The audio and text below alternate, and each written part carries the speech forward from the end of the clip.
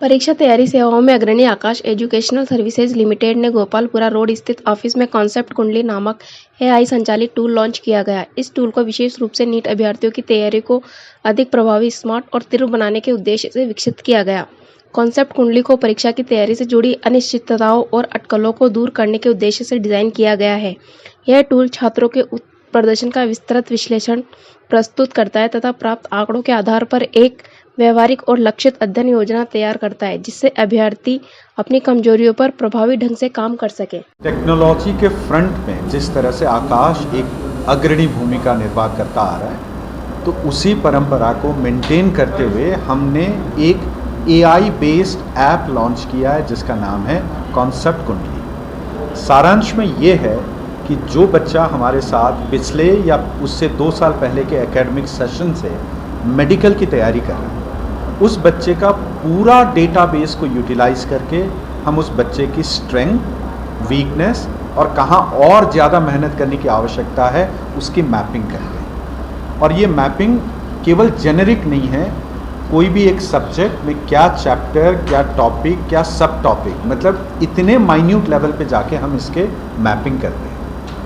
उसके बाद हम क्या करते हैं कि वो स्टूडेंट जब नीट 25 का एग्ज़ाम जब उसने दिया, तो पहले की स्ट्रेंथ वीकनेस वर्सेस नीट के परफॉर्मेंस में क्या अंतर रहा, उसको एनालाइज करने के लिए हमने एक और डैशबोर्ड बनाया है जिसको हम कहते हैं गैप एनालिसिस।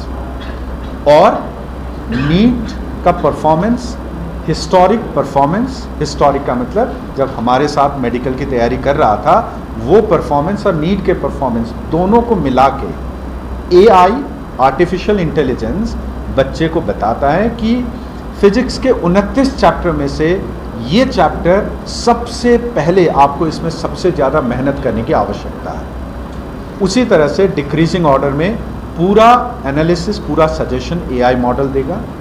ठीक उसी तरह से केमिस्ट्री के 21 चैप्टरों में से ये चैप्टर आपने सबसे पहले पकड़ना है, ये चैप्टर आपका सबसे कमज़ोर दिख रहा है, और किसके आधार पर?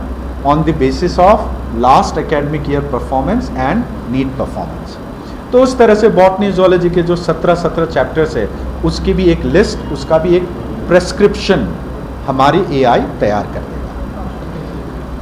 तो बात यहाँ पर ख़त्म नहीं होती है।